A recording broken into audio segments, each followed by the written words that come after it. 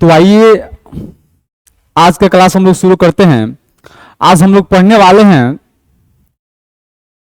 How to translate from Hindi to English, Hindi से अंग्रेजी में अनुवाद कैसे करें, उसका आज सेकेंड लेक्चर है। और इसके पहले वाले क्लास में हम लोग जो पढ़े हैं ना, उसको हम थोड़ा हाईलाइट्स करेंगे 2-4 मिनट लेकर, और उसके बाद में इसके बारे में डिटेल्स करेंगे। यदि आप मेरे चैनल पर नए आए हैं ना, तो कृपया इस वीडियो के अंत तक बने रहिएगा, क्योंकि इसमें एक से बढ़कर एक ट्रिक्स, टिप्स और आपका कंसेप्ट मिलने वाला है कि दुनिया के किसी भी हिंदी के अनुवाद को यदि आप इंग्लिश में करना चाहते हैं ना, तो बहुत आप आसानी से कर सकते हैं। तो आइए आज का हम लोग सेशन स्टार्ट करते हैं। सबसे पहले हम हाइलाइट्स देखेंगे।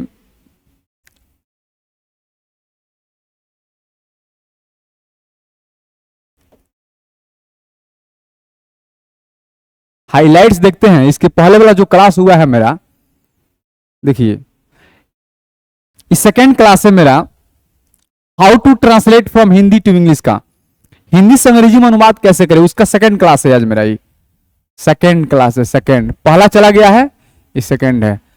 इसमें आपका पार्ट 1, 2, 3 ऐसे करके आपको क्लासेस मिलेगी, और पूरा डिटेल्स में एक भी चीज छोड़ने वाले नहीं है। दुनिया के किसी भी हिंदी के वाक्य को यदि आप इंग्लिश में अनुवाद करना चाहते हैं ना, तो आप बहुत ही आसानी से, बहुत ही इजीली वे में कर सकते हैं। तो आप एक एक वीडियो को पूरा बारीकी से देखिएगा और अपना नोट्स बनाइएगा। और जब मैं बोलूंगा कि अपने नोट्स का पीडीएफ मेरे मोबाइल पे भेजने के लिए, व्हाट्सएप पर भेजने के लिए, तो आप भेजेंगे, ठीक है? क्योंकि मैं देखता चलूंगा कि आप लोग कितना मन लगा के पढ़ रहे हैं। ये सब जानना बहुत ही जरूरी है। चलिए आज की क्लास हम लोग स्टार्ट करते हैं। आज हम लोग बात करने वाले हैं ऑब्जेक्ट के बारे में। ऑब्जेक्ट के बारे में किसके बारे में बात करेंगे जी? ऑब्जेक्ट के बारे में। हमने बताया था कि ऑब्जेक्ट किससे कहते हैं? जिस पर क्रिया किया जाता है, जिस पर कोई काम किया जाता है ना, उसको हम ऑब्जेक्ट कहते हैं। क्या कहते हैं सर? ऑब्जेक्ट।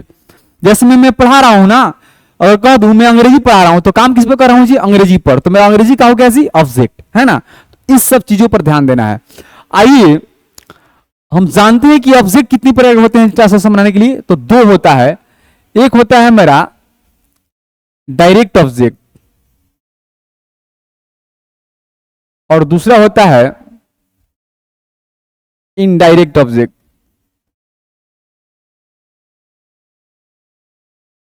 तो डायरेक्ट ऑब्जेक्ट को हम बोल सकते हैं डीओ, और इनडायरेक्ट ऑब्जेक्ट को बोल सकते हैं आईओ। यहां तक समझिए। अब हम एक बीएमडब्ल्यू ट्रिक जानेंगे। बीएमडब्ल्यू ट्रिक, बढ़िया समझिए।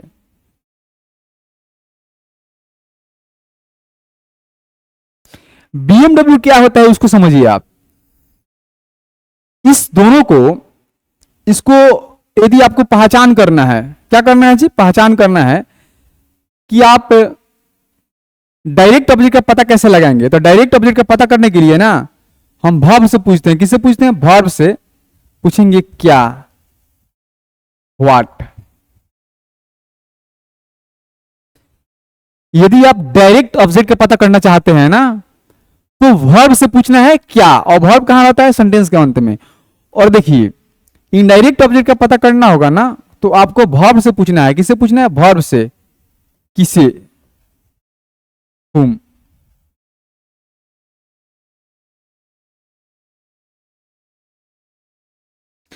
डायरेक्ट ऑब्जेक्ट का पता करना होगा तो आप वर्ब से पूछेंगे क्या, और इनडायरेक्ट ऑब्जेक्ट का पता करना होगा तो वर्ब से पूछेंगे किससे। और आइए एक सेंटेंस हम लोग लेते हैं और उसको हम लोग बनाएंगे।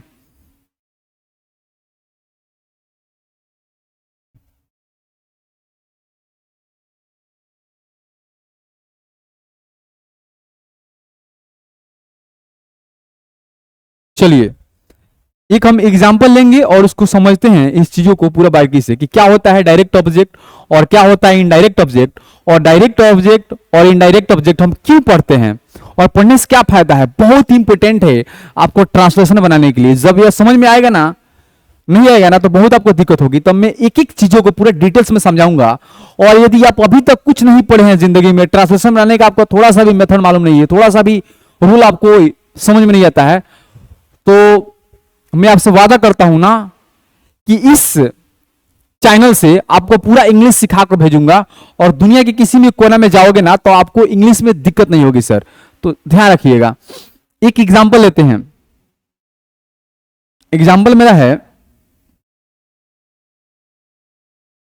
दिस एग्जांपल समझिए। सर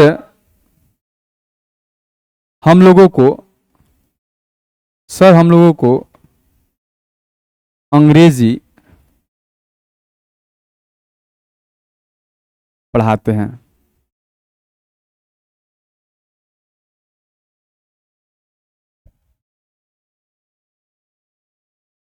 एक हमने सेंटेंस लिखा है कि सर हम लोगों को अंग्रेजी पढ़ाते हैं। तो आइए पहले इसको पहचानते हैं कि डायरेक्ट ऑब्जेक्ट है और इनडायरेक्ट ऑब्जेक्ट है कि नहीं है, ये दोनों ऑब्जेक्ट है कि नहीं है। तो सबसे पहले आपको डायरेक्ट ऑब्जेक्ट का पता करने के लिए तो वर्ब के पास जाएंगे। तो वर्ब कहां रहता है? सेंटेंस के अंत में। हमने वर्ब भी पढ़ाया है आपको, तो वर्ब कहां रहता है? यही वर्ब है, पढ़ाते हैं मेरा क्या है जी? वर्ब है। और इसी वर्ब से हम पूछेंगे, इसी वर्ब से क्या पूछेंगे जी हम? देखिए यहां पर इसी वर्ब से पूछेंगे क्या पढ़ाते हैं, तो क्या पढ़ाते हैं? पूछिए सर हम लोग को अंग्रेजी पढ़ाते हैं, तो वर्ब से पूछिए पढ़ाते हैं, क्या पढ़ाते हैं? तो क्या से रिजल्ट मिल रहा है ना, अंग्रेजी। क्या पढ़ाते हैं? तो अंग्रेजी। तो अंग्रेजी में क्या हो गया? डायरेक्ट ऑब्जेक्ट, है ना। देखिए बात समझिएगा, अंग्रेजी में क्या हो गया जी? Direct object. उसके बाद में यहां बात और ध्यान देना है एक बात, उसके बाद में डायरेक्ट ऑब्जेक्ट पता चल गया तो इनडायरेक्ट ऑब्जेक्ट खोजेंगे। तो इनडायरेक्ट ऑब्जेक्ट का पता करने के लिए वर्ब से पूछते हैं किससे? पढ़ाते हैं। किससे पढ़ाते हैं? तो हम लोगों को। तो हम लोगों का हो गया जी इनडायरेक्ट ऑब्जेक्ट हो गया, है ना, मिल गया ना। यदि आप इसको बनाना चाहते हैं तो आप बना सकते हैं बहुत ही बेहतर तरीकों से। हाँ एक बात और याद रखना है यहां पर, इसको एक बात यहां और याद रखना है। सबसे पहले कि इसको बनाते हैं क्या होगा? सर पढ़ाते हैं तो टीचेज, सर टीचेज। किससे पढ़ाते हैं? तो हम लोगों को। अस क्या पढ़ाते हैं? तो इंग्लिश। आप लोगों के मन में ये क्वेश्चन यहां पर एराइज हो रहा होगा, उठ रहा होगा कि सर आप जब दो गो ऑब्जेक्ट है तो सबसे पहले आईयू लिखे हैं, डीयू क्यों नहीं लिखे हैं? यहां एक क्वेश्चन आप एराइज कर सकते हैं यदि आप इस चीजों को समझ रहे हैं तो आइए इसको हम समझते हैं कि यहां पर हम सबसे पहले आईयू क्यों लिखे हैं, डीयू क्यों नहीं लिखे हैं, इसको भी हम समझ लेंगे बढ़िया से। चलिए इसको भी समझ लेते हैं।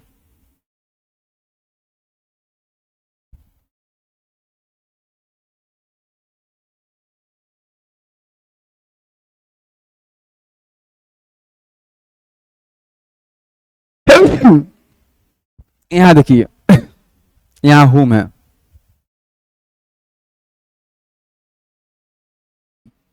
क्या है? होम। यहां एम है। इसको जब हमने बनाया है ना सर टीचर्स अस इंग्लिश, तो सबसे पहले हम क्या लिखे हैं जी? इनडायरेक्ट। क्या लिखे हैं? Indirect object. और उसके बाद में लिखे हैं हम डायरेक्ट ऑब्जेक्ट, यही ना लिखे हैं। तो समझिए क्यों लिखते हैं। एक मेरा बीएमडब्ल्यू ट्रिक है, इसको समझ लेते हैं, कहानी आसान हो जाएगी। बीएमडब्ल्यू ट्रिक, बीएमडब्ल्यू ट्रिक क्या है जी? जब एक सेंटेंस में, एक वाक्य में दो ऑब्जेक्ट मिल जाएगा ना, तो सबसे पहले हम लिखेंगे आईओ, उसके बाद में लिखेंगे डीओ। याद रख रहिएगा, सबसे पहले हम क्या लिखेंगे जी? इनडायरेक्ट ऑब्जेक्ट, उसके बाद में लिखेंगे डायरेक्ट ऑब्जेक्ट, है ना। इसको याद रख रहिएगा। यदि आपको मन नहीं कर रहा है ना कि पहले हम क्या लिखेंगे, डायरेक्ट नहीं, पहले इनडायरेक्ट नहीं लिखेंगे, पहले हम डायरेक्ट लिखेंगे, तो आप पहले डायरेक्ट ऑब्जेक्ट भी लिख सकते हैं, लेकिन उसके बाद में एक चाहिए प्रीपोजिशन, उसके बाद में चाहिए आपका इनडायरेक्ट ऑब्जेक्ट। तो यहां आप फंस जाइएगा, डायरेक्ट ऑब्जेक्ट, प्रीपोजिशन और उसके बाद में इनडायरेक्ट ऑब्जेक्ट। तो आपको सबसे आसान बात है कि आप सबसे पहले इनडायरेक्ट ऑब्जेक्ट लिख दीजिए, उसके बाद में डायरेक्ट ऑब्जेक्ट लिख दीजिए। ये भी सही है, ये भी सही है। तो इसको, इससे बचिएगा आप लोग, इसी का प्रयोग करेंगे, ठीक है। लेकिन बनाने के लिए आप बना सकते थे, इसको एक तरीका से और बना सकते हैं। यहां पर सर है तो सर, टीचर्स है तो टीचर्स। यहां देखिए आप डायरेक्ट ऑब्जेक्ट पहले लिख सकते हैं, इंग्लिश भी पहले लिख सकते हैं, लेकिन जैसे हम यहां पर इनडायरेक्ट लिखेंगे तो क्या होगा, टू अस। देखिए एक प्रीपोजिशन आपका आ गया ना यहां पर, तो आप क्या करेंगे, सबसे पहले आप इनडायरेक्ट लिखिएगा, उसमें प्रीपोजिशन का झंझट नहीं रहता है, आपको परेशानी का सामना नहीं करना पड़ेगा, है ना। तो यहां तक आप लिखिए, और उसके बाद में कहानी को और आगे बढ़ाते हैं हम लोग, एक दो एग्जाम्पल और लेंगे, उसके बाद में कहानी को आगे बढ़ाएंगे हम लोग। चलिए उसके बाद में देखिए,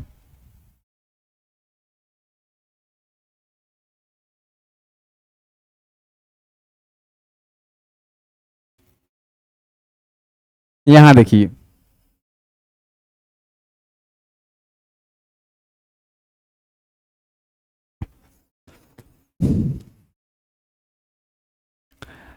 एक एग्जाम्पल यहां देखिए, वह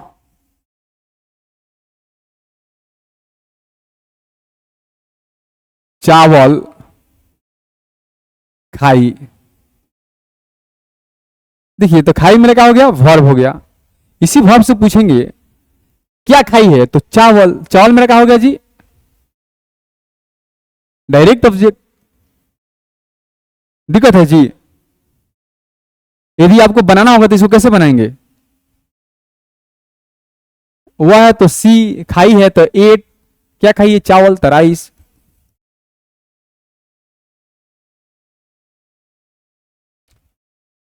हम कहते वह मुझे, वो मुझे पढ़ाते हैं। तो पढ़ाते हैं मेरा क्या हो गया, वर्ब हो गया। इसी वर्ब से पूछिए किससे पढ़ाते हैं, तो मुझे, मुझे क्या हो गया, इनडायरेक्ट ऑब्जेक्ट। इसको बनाना हो तो कैसे बनाएंगे, ही पढ़ाते हैं तो टीचेज,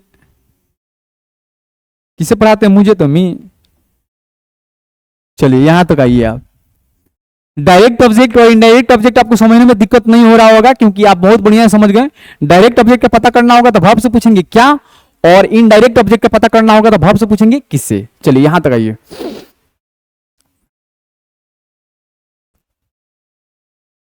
उसके बाद में एक चीज और ध्यान देना है, बहुत इंपॉर्टेंट चीज है। देखिए वर्ब तो हमने पढ़ लिया है ना, एक वर्ब में मेरा क्या पढ़ना है, नोट। नोट एक लिखेंगे, नोट लिख लीजिए, नोट नंबर पहला।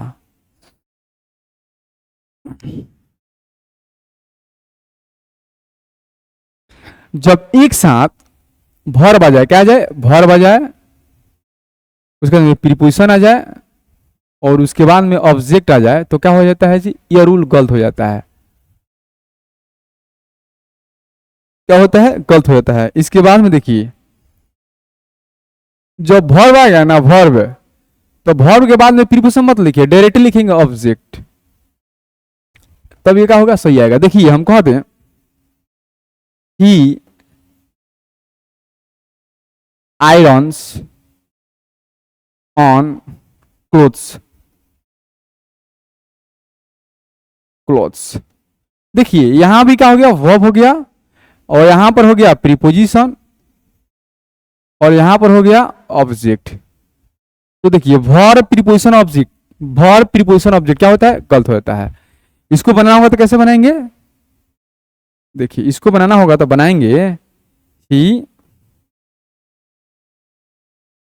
Irons clothes. देखिए तो ये आपका हो गया वर्ब, क्या हो गया, वर्ब, और यहां पर क्या हो गया जी, ऑब्जेक्ट। देखिए द वर्ब के बाद में हमारा क्या चाहिए, ऑब्जेक्ट। यह क्या हो गया आपका, सही हो गया। यहां तक आइए। उसके बाद में एक रूल और समझते हैं। देखिए यहां पर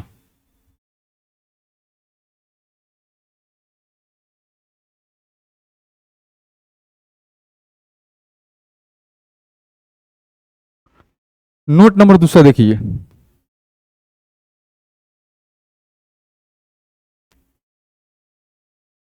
नोट नंबर वन है, note number two, note number two है।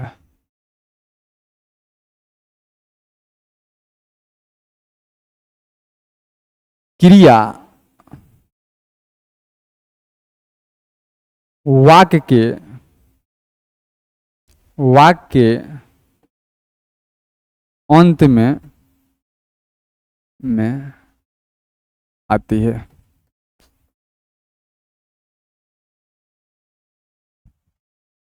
क्रिया वाक्य अंत में जाती है। देखिए क्रिया जब भी आएगा ना तो आपका सेंटेंस के अंत में आएगा। कहां आएगा जी? वाक्य अंत में आएगा। देखिए एक एग्जांपल लेकर समझते हैं, और बहुत ही बढ़िया कंसेप्ट है, इसको आप खूब बारीकी से समझ लेंगे ना तो आने वाले दिनों में आपको प्रॉब्लम का सामना नहीं करना होगा, है ना।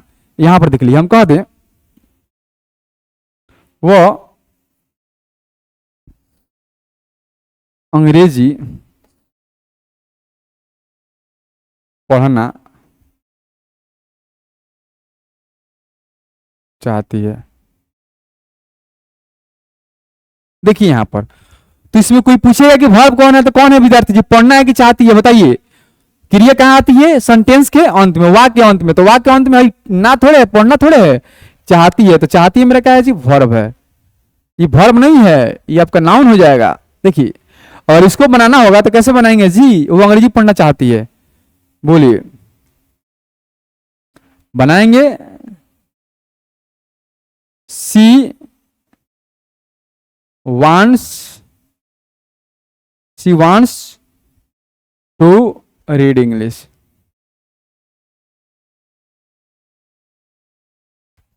यहां पर इंग्लिश है, देखिए he wants to read English, है ना। तो एक एग्जांपल और लेंगे हम ना।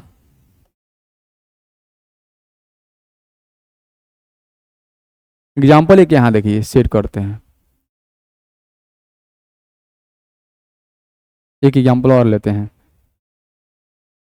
इसी को रहने देते हैं ना कलर। एग्जांपल वह है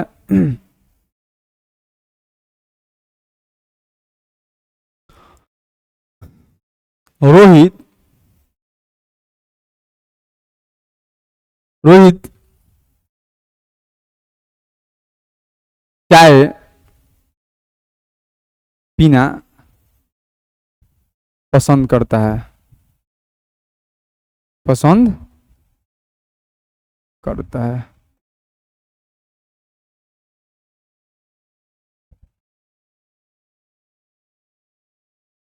रोहित चाय पीना पसंद करता है ना। तो यहां पर पसंद करना मेरा क्या हो गया जी? वर्ब हो गया। वर्ब यही है भाई, पीना वर्ब नहीं है, दिक्कत हो जाएगी। हम लिखे हैं ना यहाँ पर क्रिया वाक्य अंत में आती है। क्रिया कब आएगी? वाक्य अंत में। क्रिया वाक्य अंत में आती है, इस पर थोड़ा सा आप ध्यान रखेंगे ना। जब ये बात आपको ध्यान रखिएगा ना तो कभी भी आपको परेशानी का सामना नहीं करना होगा। बहुत ही इंपोर्टेंट ये पॉइंट चल रहा है। तो इसको अगर बनाना होगा तो कैसे बनाएंगे? बनाएंगे रोहित पसंद करना का होता है लाइक्स, क्या पीना? तो चाय पीना। टू टेक क्या? तो चाय, तो टी। चलिए यहां तक आइए, और उसके बाद में एक नोट और देखेंगे। नोट नंबर दूसरा है, नोट नंबर तीसरा देखिए। आइए पेज चेंज करते हैं। आपको आने वाला दिनों में थोड़ा सा भी दिक्कत नहीं होगा ट्रांसलेशन बनाने में। एक एक चीज को मैं पूरा बारीकी से, पूरा डिटेल से मैं समझा रहा हूं, और आने वाले दिनों में आप बहुत ही बेहतर स्पीकर बन जाइएगा ना। और जो भी विद्यार्थी हिंदी मीडियम से है वो सोचता है कि मुझे इंग्लिश समझ में नहीं आती है, इंग्लिश हम पढ़ते हैं उतना बढ़िया से अंडरस्टैंडिंग हो नहीं पाती है, तो उन विद्यार्थियों के लिए बहुत ही सुनहरा मौका आ गया है। बहुत ही अच्छे तरीकों से चल रही है ये सेशन, और आप पूरा डे बाय डे सेशन को कंप्लीट कीजिए। ट्रस्ट कीजिए मुझ पर, विश्वास कीजिए, बहुत ही बेहतर होगा, बहुत ही बेहतर होगा।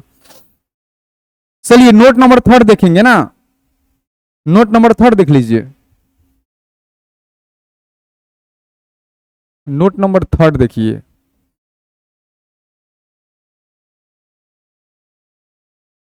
यहां पर क्रिया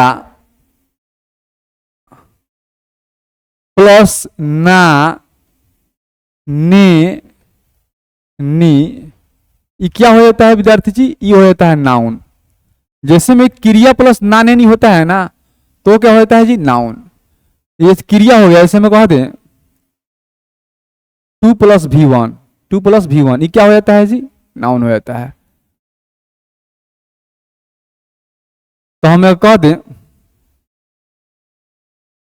वह वही रहना, वो रहना पसंद करती है। तो इसको कैसे बनाएंगे? सी लाइक्स, सी लाइक्स वो पसंद करती है क्या जी? तो रहना, रहना क्या होगा? जैसे यहां पर टू लिव लिखेंगे, LIV, टू लिव, तो यहां पर टू लिव क्या हो जाएगा जी? नाउन। ये हो गया वर्ब और ये हो गया नाउन। बात समझिए, तो नाउन ने यहां पर ऑब्जेक्ट का काम करेगा जी।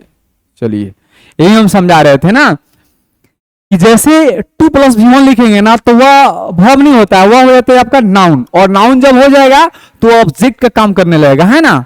चलिए यहां तक आइए, और आप जानते भी हैं, एक और नोट ले लेंगे ना। आइए एक और नोट ले लेते हैं।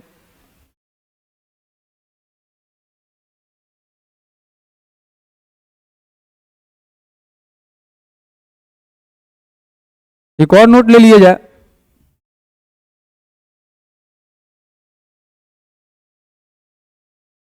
देखिए, किसी भी वर्ब का कितना रूप होता है जी? 5 रूप होता है ना।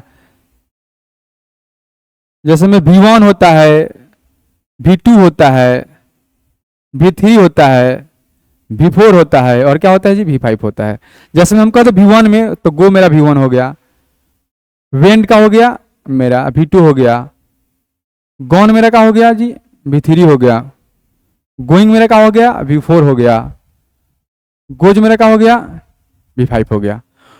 और इन सभी रूपों का प्रयोग है ना टेंस के अनुसार करते हैं। किसके अनुसार करेंगे जी? टेंस के अनुसार इन वर्ब का प्रयोग होता है, टेंस के अनुसार वर्ब का प्रयोग होता है। इन सभी रूपों का प्रयोग वर्ब के अनुसार करते हैं। इन सभी वर्ब के जो रूप है ना, फॉर्म है, उनका प्रयोग हम टेंस के अनुसार ही करेंगे। तो आइए टेंस के अनुसार कैसे करते हैं, आइए एक बात हम यहां समझ ही लेते हैं ना।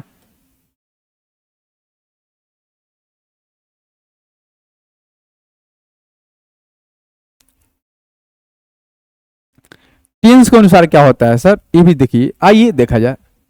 जैसे में एक फॉर देखिए, स्ट्रक्चर क्या होता है टेंस के अनुसार? स्ट्रक्चर मेरा होता है ना, एक्टिव वॉइस में आएंगे तो सब्जेक्ट होता है, क्या होता है? वर्ब होता है, subject verb object plus complement, यही ना होता है आपका जी। ये मेरा एक्टिव वॉइस में होती है।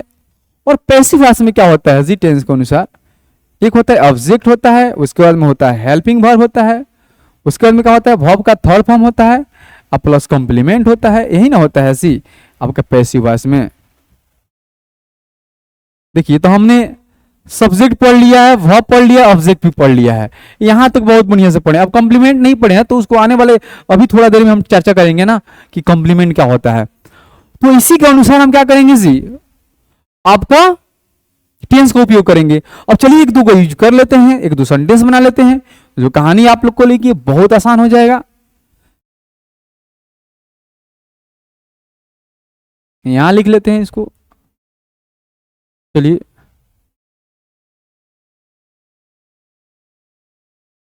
हम कहते हैं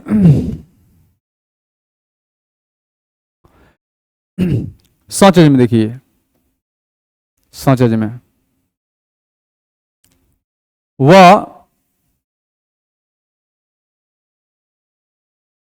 वह यहां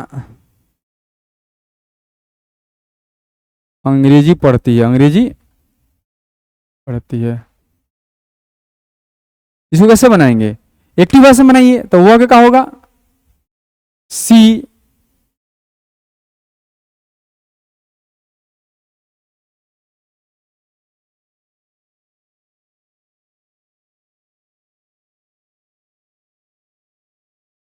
सी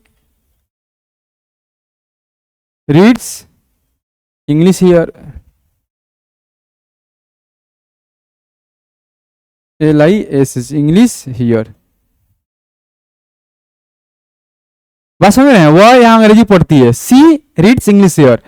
तो आप इस चीजों को बढ़िया से समझ रहे होंगे ना कि आप जो भी वर्ब का प्रयोग करेंगे ना, जैसे में वह पटना गया, देखिए यहां पर।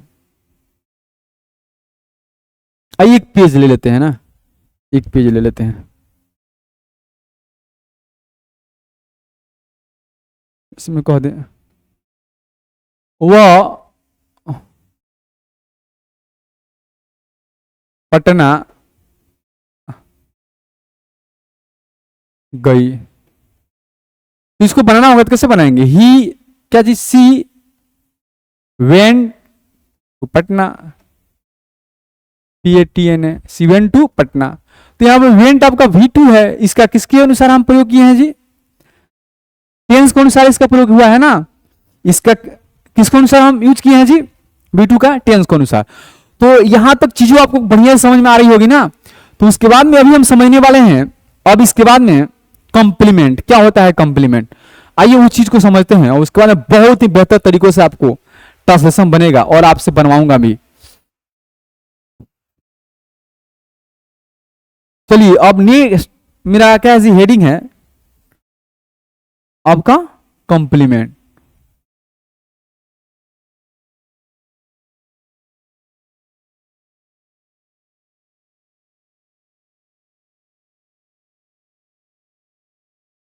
हेडिंग बनाएंगे, लिखेंगे कॉम्प्लीमेंट। कॉम्प्लीमेंट, कॉम्प्लीमेंट समझिए।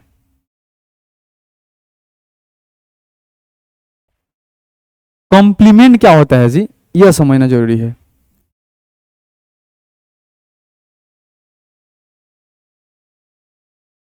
कॉम्प्लीमेंट समझिए।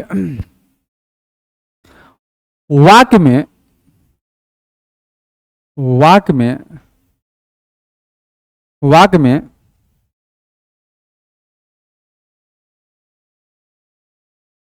वाक्य में सब्जेक्ट, ऑब्जेक्ट तथा वर्ब को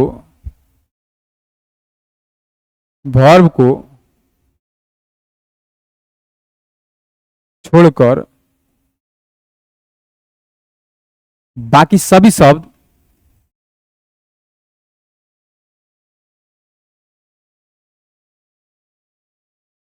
कॉम्प्लीमेंट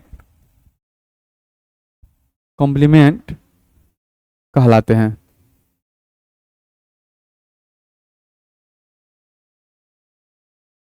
देखिए वाक्य जो होता है ना, वाक्य में सब्जेक्ट, ऑब्जेक्ट तथा वर्ब को छोड़कर बाकी सभी शब्द क्या कहलाता है? कॉम्प्लीमेंट कहलाता है। वाक्य में सब्जेक्ट, ऑब्जेक्ट तथा वर्ब को छोड़कर बाकी सभी शब्द कॉम्प्लीमेंट कहलाते हैं। इसको याद रखिएगा। और कॉम्प्लीमेंट कितने प्रकार का होता है जी? यह समझना बहुत जरूरी है। यहां पर देखिए,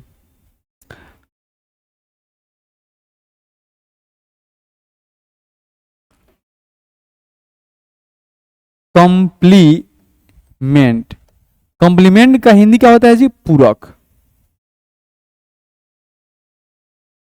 और पूछ दे काइंड्स ऑफ कॉम्प्लीमेंट, क्या पूछ दे जी?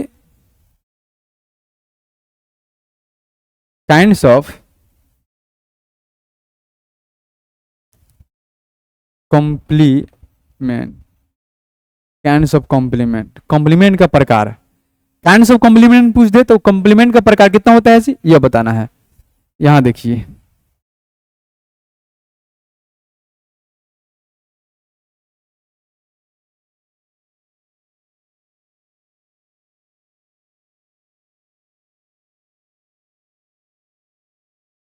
देखिए कॉम्प्लीमेंट कितने प्रकार के होते हैं यह समझना है।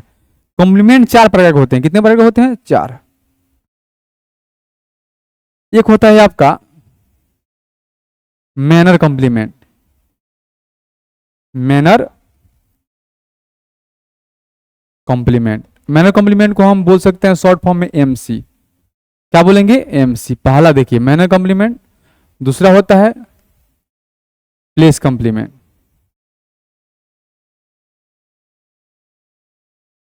क्या बोलेंगे उसको हम शॉर्ट फॉर्म में? PC। तीसरा होता है टाइम कॉम्प्लीमेंट। इसको शॉर्ट फॉर्म क्या बोलेंगे? TC। चौथा होता है रीजन कॉम्प्लीमेंट।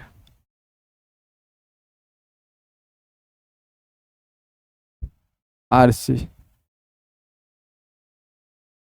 पहला होता है मैनर कॉम्प्लीमेंट, दूसरा होता है प्लेस कॉम्प्लीमेंट, तीसरा होता है टाइम कॉम्प्लीमेंट, चौथा होता है आपका रीजन कॉम्प्लीमेंट।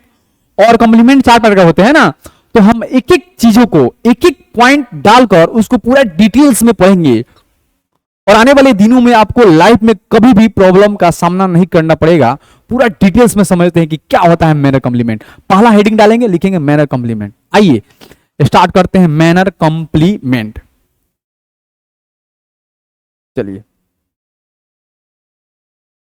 इसको यहां तक लिख लीजिए।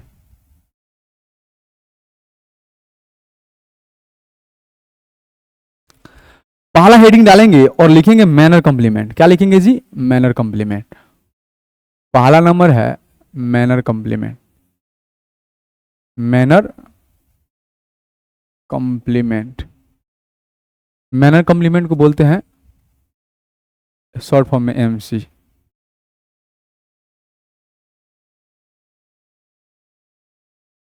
मैनर कॉम्प्लीमेंट किसे कहते हैं?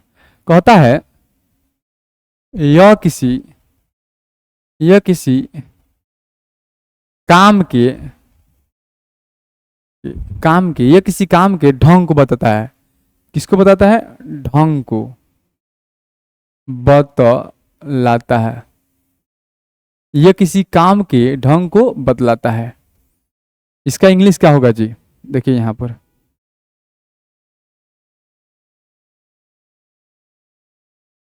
It shows the manner of an action. It shows the manner of an action. ये किसी काम के ढंग को बताता है। देखिए शॉर्ट फॉर्म में देखिए यहां पर, इसको डेट इज में लिख सकते हैं ना। डेट इज में, डेट इज में होता है अर्थात। क्या होता है जी? अर्थात, अर्थात या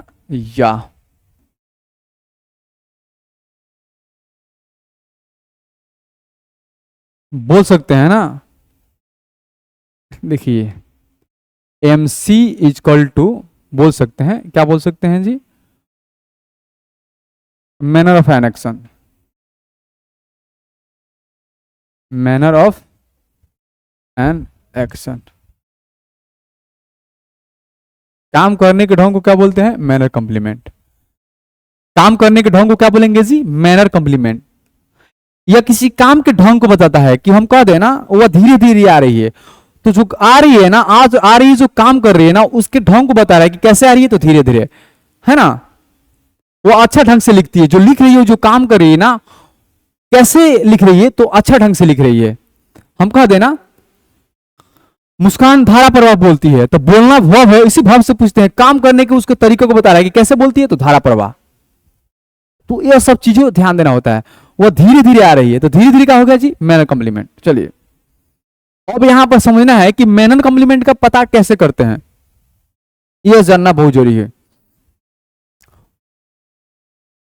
देखिए यहां पर एक मेरा बीएमडब्ल्यू ट्रिक है, उसको समझ लेते हैं पहले।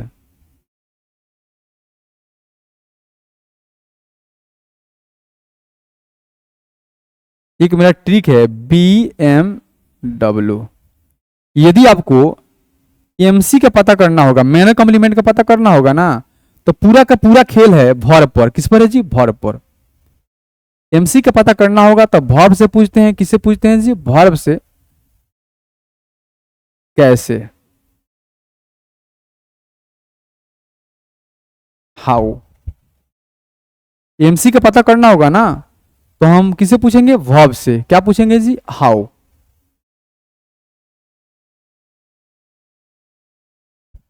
समझिए, एमसी का पता करना होगा तो वर्ब से क्या पूछेंगे? कैसे। क्या पूछेंगे? कैसे।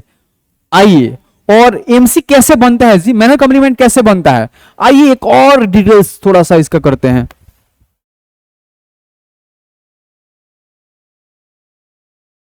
यहां से हम इसको कर लेते हैं ना।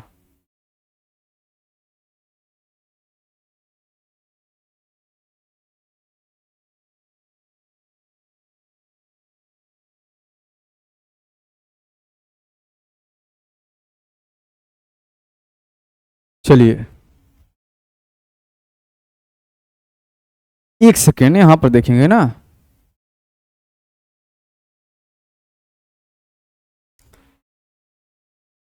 देखिए एक रूल समझ लेते हैं। रूल नंबर पहला, रूल नंबर पहला, एक रूल लिख लीजिए। जब हम एडजेक्टिव में adjective plus L Y is equal to manner complement, क्या होता है मैनर कॉम्प्लीमेंट। जैसे ही एडजेक्टिव में हम एल वाई जोड़ेंगे ना तो वो बनेगा एमसी, क्या बनेगा जी एमसी, मैनर कॉम्प्लीमेंट। ये बात पूरा बारीकी से समझिएगा। जैसे में हम एडजेक्टिव लिख देना, जैसे में हम लिख दे गुड, क्या लिख दे जी गुड, इसी गुड में हम एल वाई जोड़ेंगे, क्या जोड़ेंगे एल वाई, तो बनेगा मेरा गुडली, क्या बनेगा गुडली। तो गुडली मेरा क्या हो गया जी मैनर कॉम्प्लीमेंट, क्या हो जाएगा मैनर कॉम्प्लीमेंट एमसी, क्या हो जाएगा एमसी मैनर कॉम्प्लीमेंट। हम बोल दे बैड, एडजेक्टिव में जब एल वाई जोड़ेंगे ना तो बनेगा मेरा एमसी, तो होगा बैडली। हम बोल दे सैड, जैसे हम एल वाई जोड़ेंगे ना तो बनेगा सैडली, ये क्या हो गया मैनर कॉम्प्लीमेंट। जैसे में हम बोल दे स्लो, जैसे इसमें एल वाई जोड़ेंगे तो क्या बनेगा स्लोली, ये क्या बनेगा एमसी। हम बोल दे फ्लुएंट, जैसे इसमें एल वाई जोड़ेंगे ना तो होएगा फ्लुएंटली, फ्लुएंटली मैंने क्या होता है धारा प्रवाह। तो जब एडजेक्टिव में एल वाई जोड़िएगा, क्या जोड़िएगा जी एल वाई, ये आपको समझ में नहीं आ रहा होगा ना यहां तक, तो ये अगर आपको समझ में नहीं आ रहा है ना तो इसको यहां पर लिख देते हैं स्लोली, यहां पर लिख दे फ्लुएंट, फ्लुएंट यू है यू, इसमें जैसे हम एल वाई जोड़ेंगे ना तो बनेगा फ्लुएंटली, क्या बनेगा फ्लुएंटली, ये क्या हो गया एमसी। ये हो गया adjective plus L Y is equal to manner complement, है ना। तो आप समझ गए कि मैनर कॉम्प्लीमेंट कैसे बनते हैं, जब एडजेक्टिव में एल वाई जोड़ते हैं तो वह मेरा एमसी बनता है, मैनर कॉम्प्लीमेंट बनता है। और मैनर कॉम्प्लीमेंट का पता करना होता है तो हम वर्ब से पूछते हैं कैसे, इसका पता चल जाता है एमसी का। और आइए अब हम एग्जांपल लेंगे और बढ़िया से समझेंगे। रुकिए, इसको हम थोड़ा और छोड़ कर लेते हैं सभी चीजों को, तो मेरा कहानी बढ़िया समझ में आएगा ना।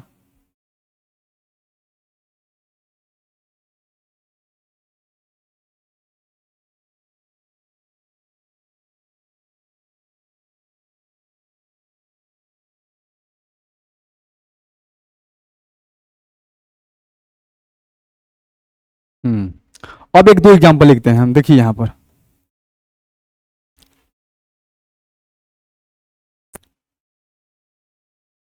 एक एग्जांपल यहां ले लेते हैं। हम लिख दे काजल, काजल धारा प्रवाह,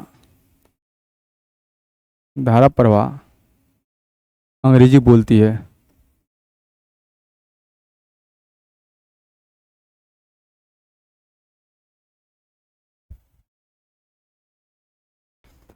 तो आपको इस चीज समझ में आ रहा होगा है ना कि बोलती है, सबसे पहले हम क्या खोजेंगे जी वर्ब, सॉरी यहां देखिए हम खोजेंगे वर्ब। तो बोलती है मेरा क्या हो गया जी वर्ब है, ये वर्ब हटा गया। उसके बाद में खोजेंगे सब्जेक्ट, तो हमने बताया था सब्जेक्ट का पता करने के लिए वर्ब से पूछते हैं कौन कौन बोलती है, तो यहां पर हो गया काजल, काजल मेरा हो गई सब्जेक्ट। उसके बाद में देखिए हमने बताया था ऑब्जेक्ट का पता करने के लिए ऑब्जेक्ट दो प्रकार का होता है, ट्रांसलेशन बनाने के लिए एक होता है डायरेक्ट ऑब्जेक्ट, दूसरा होता है इनडायरेक्ट ऑब्जेक्ट। तो डायरेक्ट ऑब्जेक्ट का पता करने के लिए वर्ब से पूछते हैं क्या बोलती है, क्या बोलती है, तो अंग्रेजी, अंग्रेजी मेरा क्या हो गया डायरेक्ट ऑब्जेक्ट डीओ। उसके बाद में खोजेंगे, इनडायरेक्ट तो है ही नहीं इसमें, उसके बाद में खोजेंगे एमसी, सब्जेक्ट हो गया, वर्ब हो गया, ऑब्जेक्ट हो गया। उसके बाद में खोजेंगे कॉम्प्लीमेंट, क्या खोजेंगे कॉम्प्लीमेंट। तो कॉम्प्लीमेंट होता है एक एमसी होता है, एमसी खोजिए। एमसी का पता करने के लिए वर्ब से पूछते हैं कैसे बोलती है। देखिए एमसी का पता करने के लिए ना लिखाया था ना, एमसी का पता करने के लिए वर्ब से पूछते हैं कैसे बोलती है, तो बोलती है मेरा वर्ब है। इसी वर्ब से पूछते हैं कैसे बोलती है जी, तो कैसे बोलती है, तो धारा प्रवाह, धारा प्रवाह मेरा क्या हो गया जी, ये हो गया आपका एमसी। अब इसको बनाना होगा तो बहुत आसानी से आप बना सकते हैं। नहीं, सबसे पहले आप जानते हैं लिखते हैं हम सब्जेक्ट, तो सब्जेक्ट मेरा क्या हो गई काजल। उसके बाद हम देखिए, उसके बाद हम लिखते हैं वर्ब, बोलती है मेरा क्या हो गया, वर्ब हो गया। उसके बाद हम लिखते हैं ऑब्जेक्ट, तो अंग्रेजी में क्या हो गया, ऑब्जेक्ट हो गया। उसके बाद में लिखेंगे हम क्या जी, कॉम्प्लीमेंट, तो सबसे पहले कौन कॉम्प्लीमेंट लिखेंगे, एम सी, तो धारा प्रवाह मेरा क्या हो गया, एम सी, धारा प्रवाह। अब इसको आप बहुत आसानी से बना सकते हैं ट्रांसलेशन, आइए बना लिया जाए। काजल का क्या हो जाएगा, काजल। बोलना का क्या होगा, स्पीक्स। अंग्रेजी का होगा जी, इंग्लिश का इंग्लिश से होगा। और धारा प्रवाह का होता है फ्लुएंट, तो फ्लुएंटली हो जाएगा। एडजेक्टिव मैंने कॉम्प्लीमेंट इसको लिखेंगे तो FLUENTLY, फ्लुएंटली। बहुत आसानी से बन गया कि नहीं बन गया, चलिए यहां तक आइए, यहां तक पहुंचिए और एक एग्जांपल और लेते हैं, बहुत अच्छा ढंग से समझिए। चलिए पेज नंबर चेंज करते हैं हम।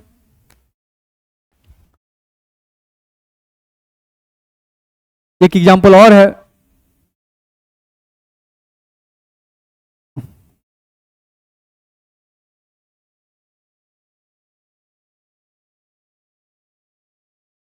अंजलि सुंदर ढंग से लिखती है। इसको बनाइए।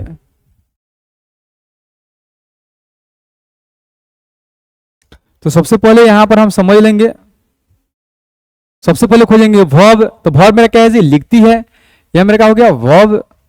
उसके बाद हम खोजेंगे सब्जेक्ट, कौन लिखती है, तो अंजलि, अंजलि मेरा क्या हो गया, सब्जेक्ट।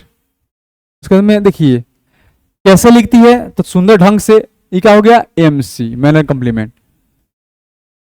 तो बन जाएगा आपका, सबसे पहले क्या लिखेंगे जी, सब्जेक्ट अंजलि।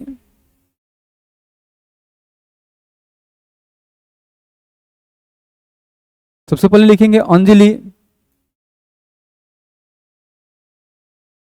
उसके बाद में क्या लिखेंगे जी, लिखती है। उसके बाद में क्या लिखेंगे, सुंदर ढंग से, सुंदर ढंग से। चलिए उसके बाद में देखिए, इसको बनाइए। तो क्या हो जाएगा इसका, अंजलि लिखती है, तो क्या होगा जी, राइट्स।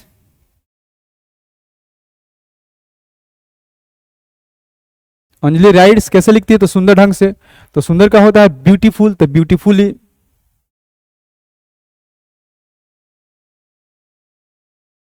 ब्यूटीफुली। चलिए उसके बाद हम लिख दें, एक एग्जांपल और ले लेते हैं। हम कह दें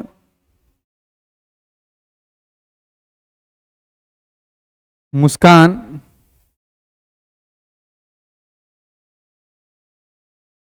धीरे धीरे, धीरे धीरे आती है। तो यहां देखिए,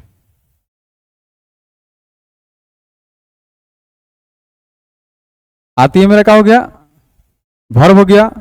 मुस्कान का हो गई, सब्जेक्ट हो गई, और धीरे धीरे का हो गया, एमसी हो गया। इसको बनाना होगा तो बना लेंगे ना, क्या लिखेंगे, सबसे पहले सब्जेक्ट, तो मुस्कान। आती है तो कम्स, कैसे आती है, तो धीरे धीरे, तो स्लोली, SLOWLY, स्लोली। चलिए यहां तक आइए। अब उसके बाद में जब हम एमसी देख लिए ना, तो उसके बाद में हम जानेंगे पीसी। क्या जानेंगे, पीसी। आइए पीसी पर, प्लेस कॉम्प्लीमेंट।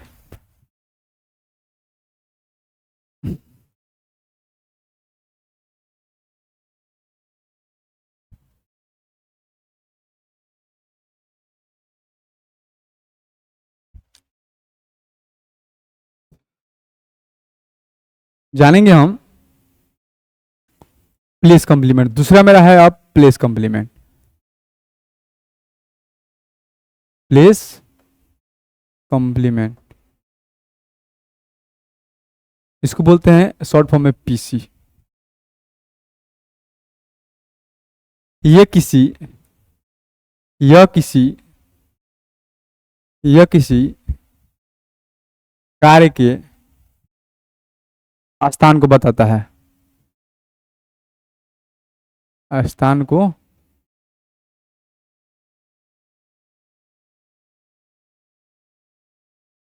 स्थान को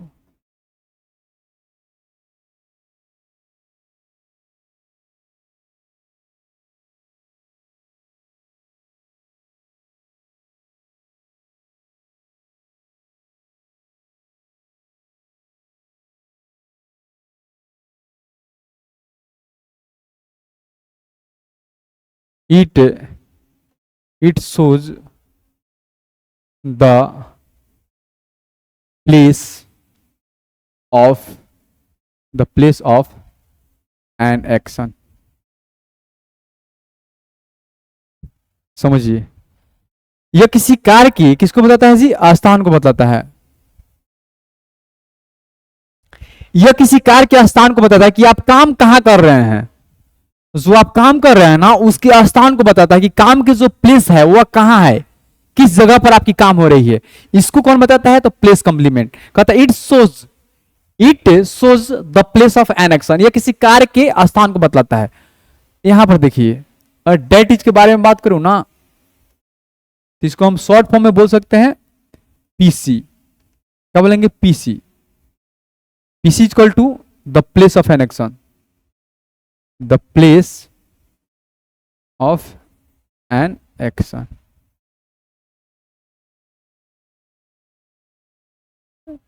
यह किसी कार्य के ढंग को बताता है। किसको बताता है? सॉरी, यह किसी कार्य के स्थान को बताता है। The place of an action, यह किसी कार्य के ढंग को बताता है। और सबसे इंपॉर्टेंट बात तो यह है कि पीसी का पता करना होगा ना, प्लेस कॉम्प्लीमेंट का पता कैसे करोगे? बहुत इंपॉर्टेंट चीज है। इसको आप बहुत ही बेहतर तरीकों से समझने का प्रयास करेंगे बीएमडब्ल्यू ट्रिक के माध्यम से। बीएमडब्ल्यू ट्रिक समझिए।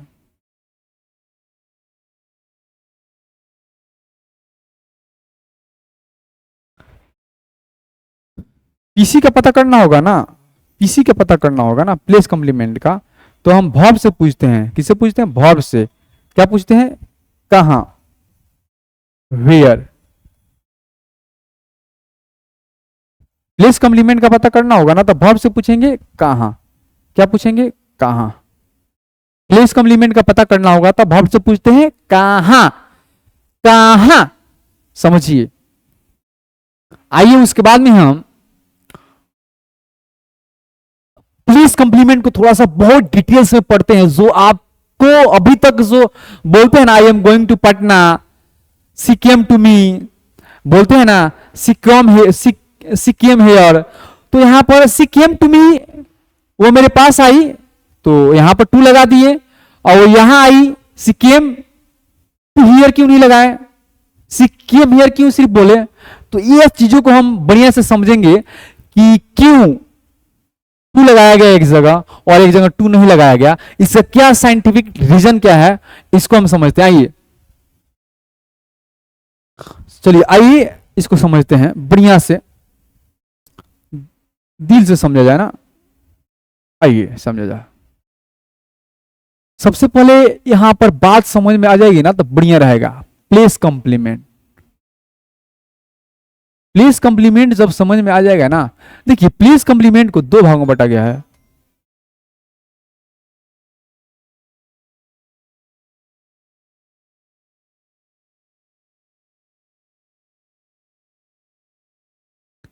प्लेस कॉम्प्लीमेंट को दो भागों में बांटा गया है। एक है आपका एडवर्ब, क्या है जी? एक ही आपका एडवर्ब। एडवर्ब का मतलब है, एडवर्ब क्या होता है? हियर,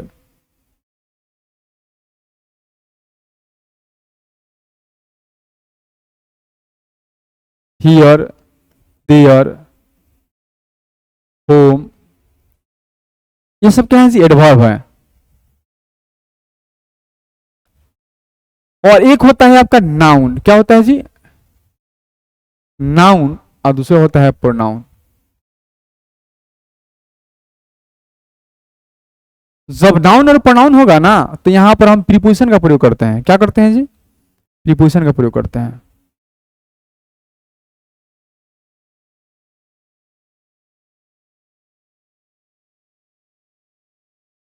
जब नाउन और प्रोनाउन होगा तो यहां पर क्या प्रयोग करेंगे, यस प्रीपोजिशन। और जब नाउन और प्रोनाउन नहीं होगा, एडवर्ब होगा ना, तो यहां पर लिखेंगे नो प्रीपोजिशन, नो प्रीपोजिशन। ये बात तो जब आपको समझ में आ जाएगी ना तो बढ़िया समझ में आएगा। चलिए यहां देखिए, जैसे हम कहते ना,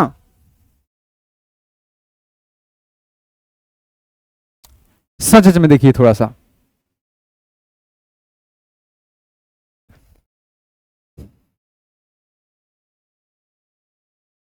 सच सच में देखिए, वह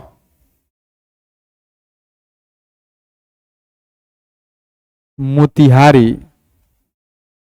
वो मोतिहारी जाती है। देखिए यहां पर बात समझ में आ जाएगी ना तो बहुत ही मजा आने वाला है। पहले कि इसको शॉर्ट करने दीजिए थोड़ा सा।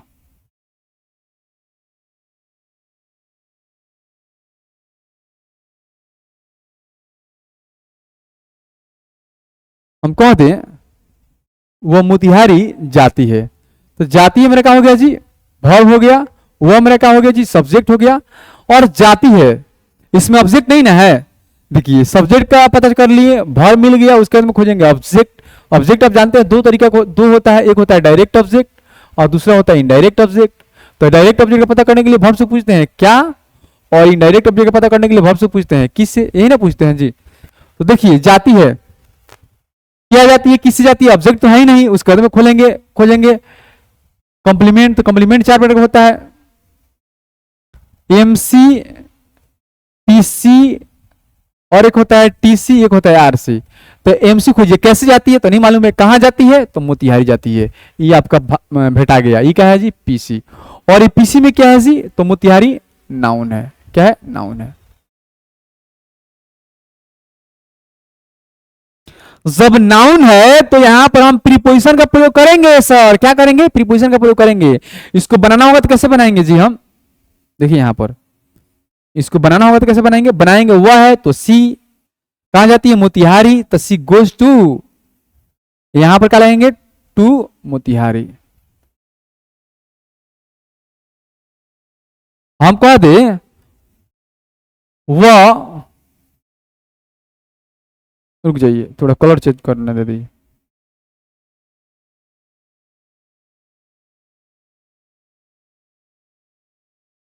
वह वहां जाती है। तो देखिए वह मेरा क्या है जी, ये भी वर्ब है, वह मेरा क्या हो गया, सब्जेक्ट हो गया। और वहां क्या हो गया जी, ये हो गया पीसी, कहां जाती है तो वहां जाती है, ये क्या हो गया पीसी। लेकिन पीसी में ही क्या है जी, एडवर्ब है, क्या है जी, एडवर्ब है। जब एडवर्ब होगा ना, एडवर्ब हो गया तो उसके पहले हम किसी प्रीपोजिशन का प्रयोग नहीं करेंगे, इसको ऐसा बना देना सर, समझिए।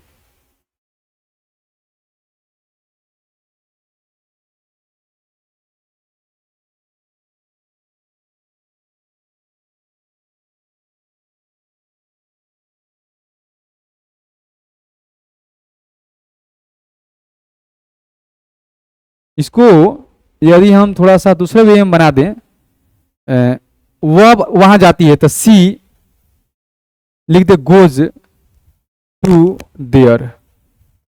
तो यहां पर गलत होगा कि नहीं होगा जी, देयर में क्या है जी, एडवर्ब है, और एडवर्ब के पहले हम प्रीपोजिशन का प्रयोग टू कर दिए हैं ना, तो क्या होगा, गलत हो जाएगा।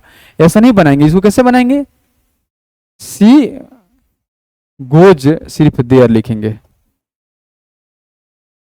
बात समझ में आ रही है आपको जी, बात समझ में आ रही है ना। चलिए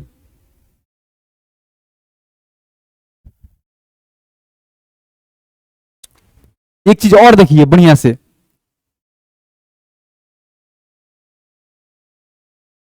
एक एग्जांपल और लेते हैं ना, बढ़िया समझते हैं।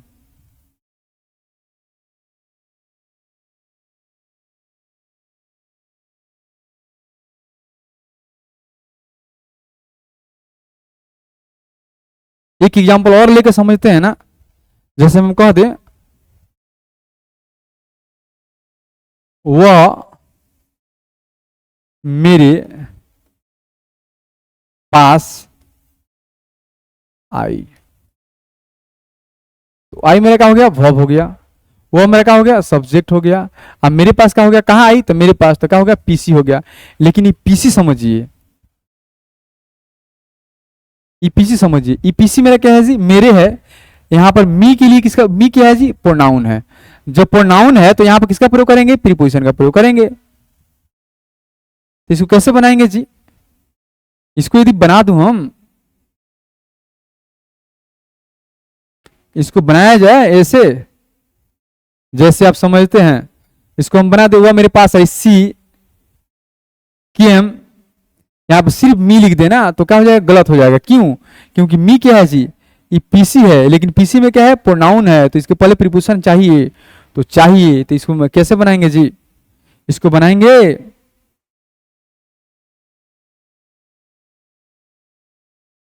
सी केम टू मी, ये क्या होगा, सही होगा, ये गलत हो जाएगा। चलिए यहां तक आइए मेरे प्यारे विद्यार्थियों, हमने दो चीज आज कवर किया। हमने कॉम्प्लीमेंट पढ़ रहा है ना, हमने एमसी को क्लियर कर लिया है और दूसरा पीसी को क्लियर कर लिया। अब नेक्स्ट क्लास में हम पढ़ेंगे टीसी और क्या पढ़ेंगे जी, आरसी, पूरा डिटेल्स में पढ़ेंगे इसको, टीसी और आरसी को। तो मेरे प्यारे विद्यार्थियों, यदि इसमें जहां भी प्रॉब्लम होगी, आप मेरे यूट्यूब चैनल पर तो है ही वीडियो रहेगा। यदि आप मुझे पर्सनल प्रॉब्लम हो रही है तो आप इस नंबर पर भेज सकते हैं, 70 910 64 070 पर आप मुझे कनेक्ट कर और अपना प्रॉब्लम को भेज सकते हैं व्हाट्सएप पर। आपके प्रॉब्लम को यहाँ बढ़िया से देखकर आपको फिर आपको डाउट क्लास में उसको समझा जाएगी क्वेश्चन को लेकर। तो जहां भी आपको प्रॉब्लम होगी, मेरे व्हाट्सएप नंबर 70 910 64 070 पर कॉल करेंगे और अपना प्रॉब्लम को व्हाट्सएप पर भेजेंगे और वहां से प्रॉब्लम को अपना बढ़िया से सॉर्ट आउट करके समझेंगे। और मेरा विश्वास है, भरोसा है कि आप लोग बढ़िया समझे होंगे। तो चलिए मेरे प्यारे विद्यार्थियों, आज की क्लास मेरा यहीं तक, फिर मिलते हैं अगले क्लास में। तब तक के लिए good bye, bye, so long, see you again, that's all. पूरा एक एक वीडियो आप लोग ध्यान से देखिएगा। चलिए।